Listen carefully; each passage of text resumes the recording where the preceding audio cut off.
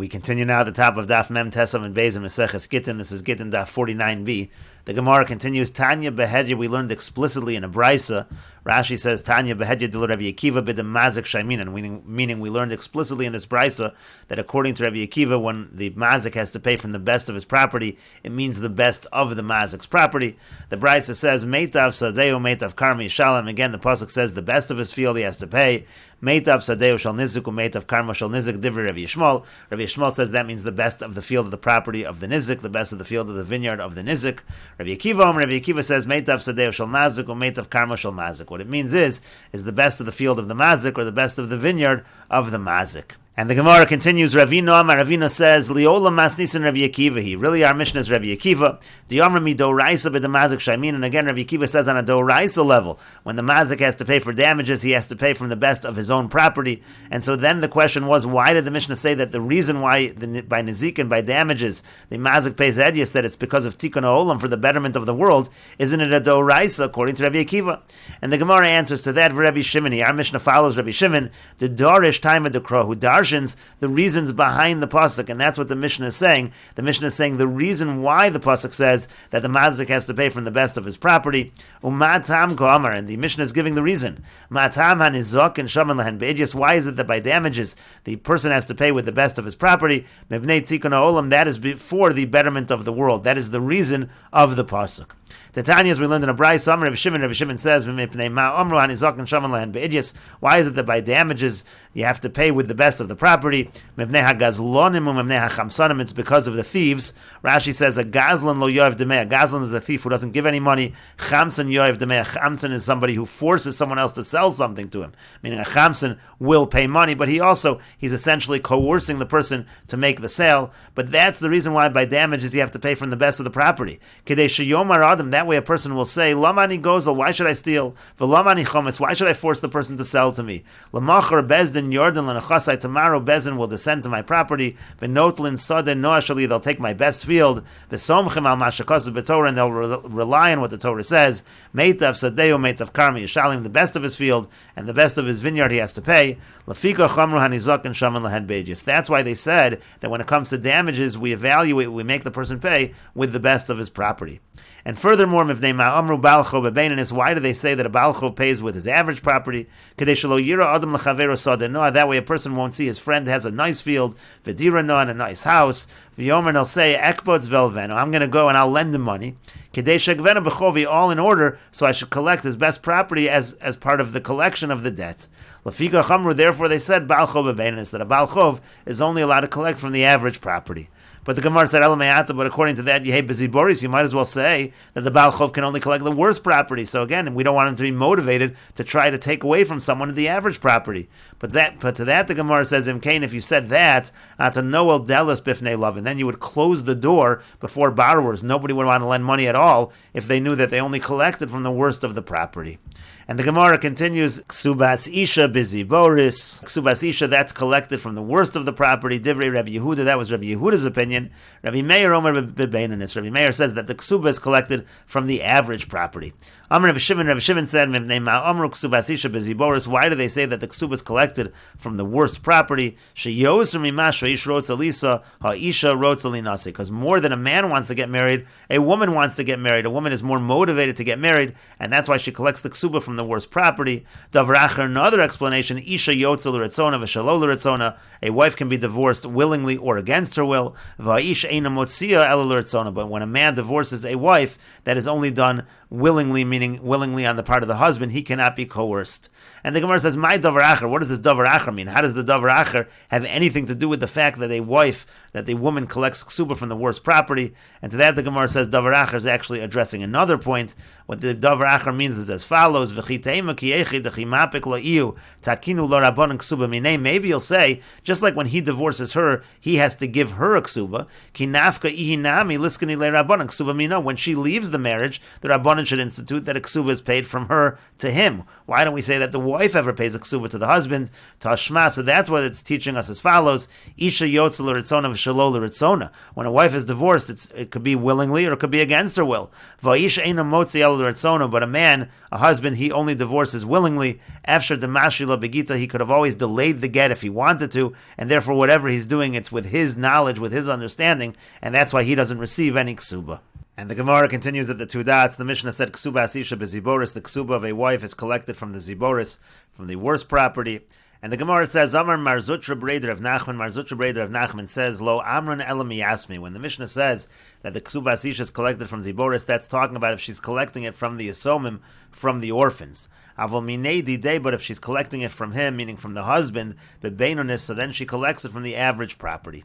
And the Gemara says, ask me 1 second. If we're talking in the Mishnah only about collecting from orphans, my area ksuba asisha, so why are you discussing ksuba asisha? That a ksuba asisha is collected from the orphans from ziboris.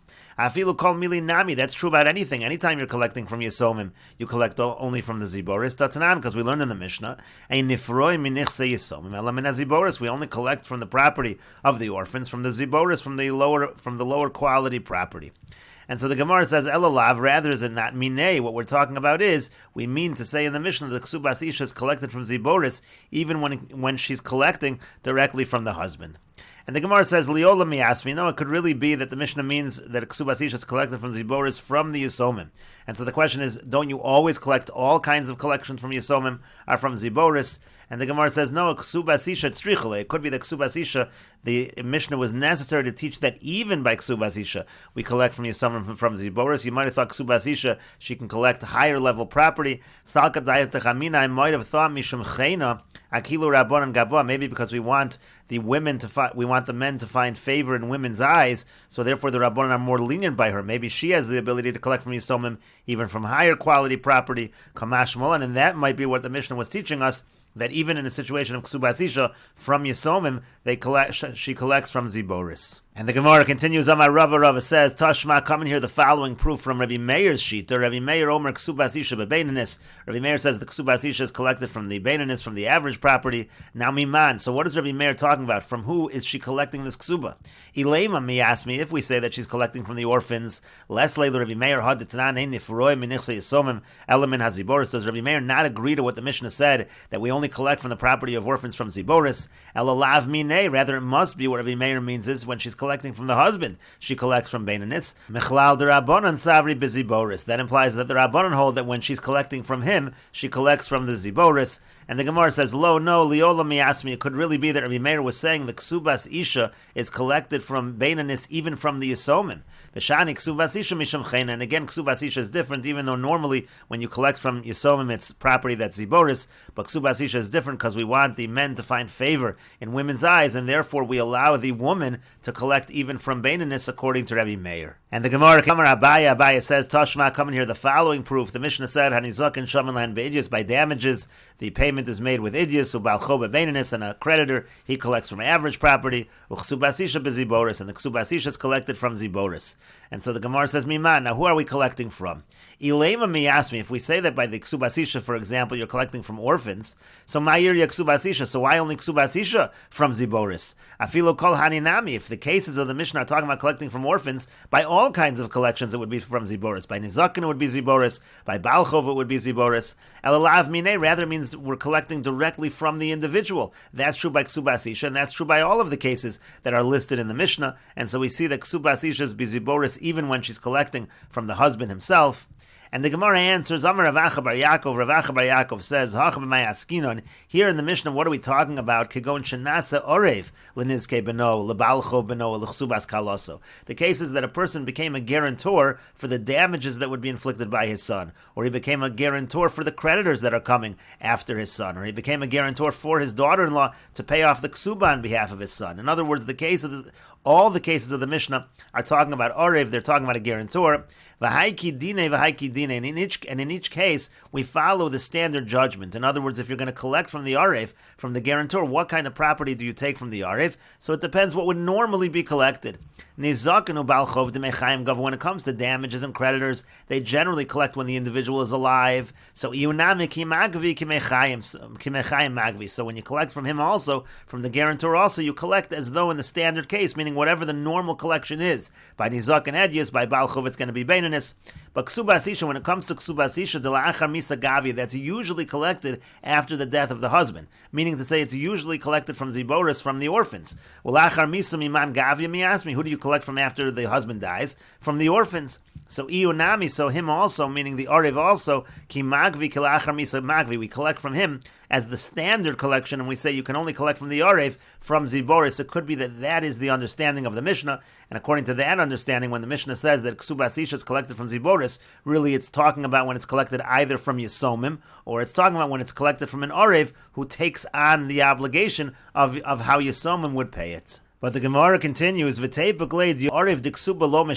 why do we say that this cannot be the case? Because when you have a guarantor by a ksuba, the halacha actually is that the arev is not chayiv. A person cannot take upon himself to pay the ksuba. That obligation is not actually chal.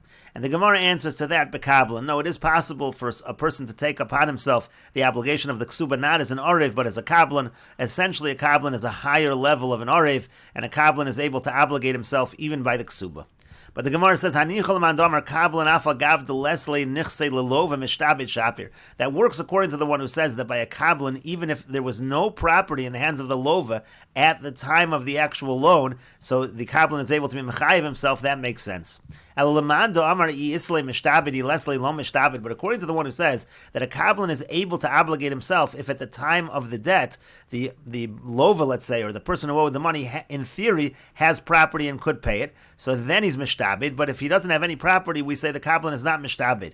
Meaning to say that if a kablan tries to say that I am going to pay this debt, I'm going to be like a guarantor on behalf of this person who owes the money. If that person who owes the money, it's very likely they're not going to pay because they don't even have any property at that time. We say he's not mishtabed at all. So Michael Amemar, so what are you going to say in that situation? Over here, how can you say we're talking about a kablan? There's going to be no obligation whatsoever if the person who owes the money doesn't have any property. And the Gemara says, he buys him if you want. I could say, but the Havale, no, he did have property at the time that the debt was incurred. Vishtadif, and that property got swept away. And so again, that's exactly what we're talking about over here. We're talking about a kablan who does in fact obligate himself because the person who owed the money did have property at that time. And if you want, I could say,